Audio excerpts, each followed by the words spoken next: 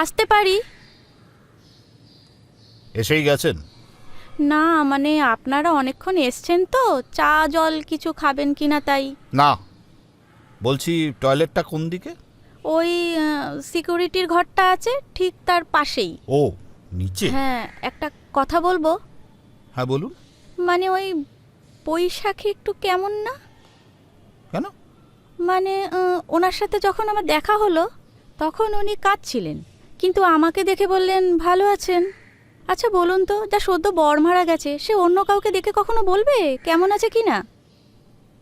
এই রে, দেখুন আমি তো আনম্যারিড, তারপর আমার এক্সপায়ারি ডেটও পেরিয়ে গেছে। এই টয়লেটটা নিচে না? আসছি।